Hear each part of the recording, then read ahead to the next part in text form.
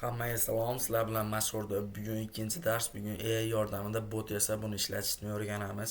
Buning uchun birinchi cloudga kirib turib prompt yozamiz. Men oldin prompt yozib oldim, video cho'zilib ketmasligi uchun. Prompt Telegram kanalimga tashlab qo'yaman. Prompt cloudga jo'natamiz.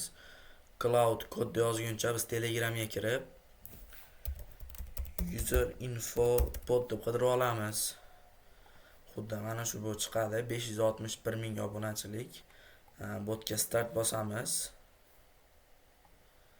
Start bosganimizdan keyin bizga o'zimizni Telegram ID'mizni beradi. Bu ID bilan admin panelini hosil qilamiz. Mana bizga ID berdi. Endi cloud kodni yozib bo'lishini kutamiz.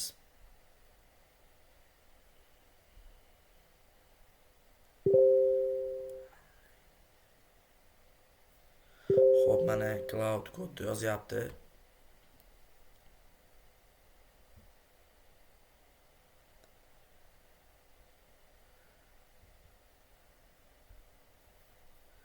Agarda sizlar ham darslar qayerdan ko'ramiz deydigan bo'lsalar, original mashhur deb Telegramdan qidirsanglar chiqadi.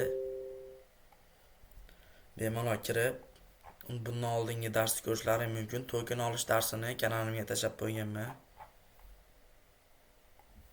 Xo'p, akalar, mana clouddan kodni yozadi, bo'pti. Hozir zip qilib beradi bizga. Xo'p, mana kod tayyor. Endi aytamiz. Endi bu fayllarni zip qilib ber deymiz. Qisqa vaqt ichida bu fayllarni hozir zip qilib beradi.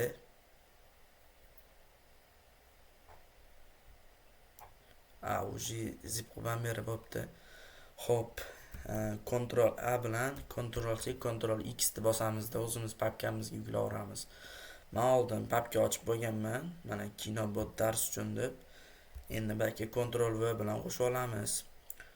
Xo'p, mana men o'zi paycharim ishlataman, sizlar balki vizual ishlatasizlar, ikkovida ham bo'laveradi. Endi buning uchun birinchi nima qilamiz? Cloud o'zi ko'rsatib qo'ygan. Bu yerda birinchi o'rinda pip install recommends yuklab oling deyapti. Buni yuklab olamiz.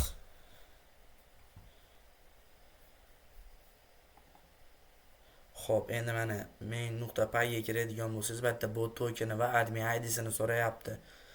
Bot token va admin ID'sini Telegramdan olamiz. Bot tokenni bot fazerdan olamiz.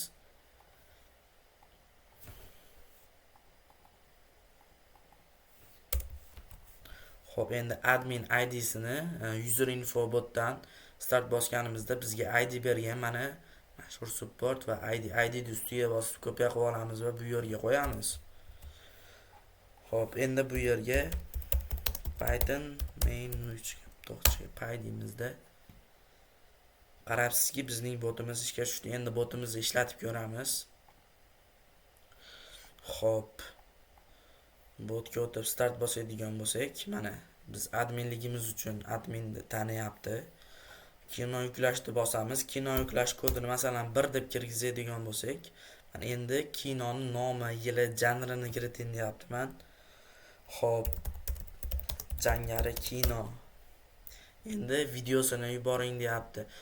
Videoni o'zlaringda bo'lsa o'zlaring yuborasizlar. Menda yo'qligi uchun hozir Telegramdan qidirib topib yuboraman. Kino deb yozadigan bo'lsam, ko'plab kinolar chiqadi. Xo'p, mana shu kinoni masalan yuboraman. Bot ustiga bitta bosamizda jo'natadigan bo'lsak, kino qo'shildi. Endi siz oddiy foydalanuvchi bo'lib kiradigan bo'lsangiz, masalan, endi ID ni o'zgartirib ko'ramiz. Ne qilamizda 2 qilib qo'yamiz.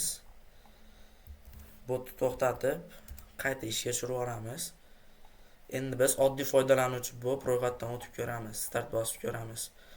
Mana oddiy foydalanuvchi bo'lganligimiz uchun adminni o'zgartirib qo'yganmiz. Endi kino qidirishda bosadigan bo'lsak, bir kodini kiritsak, mana bizga kinoni chiqarib berdi. Dars yoqqan bo'lsa reaksiya bosib qo'yasizlar degan umiddaman. Keyingi darslar nima bo'lsin, kommentga yozib qo'yinglar.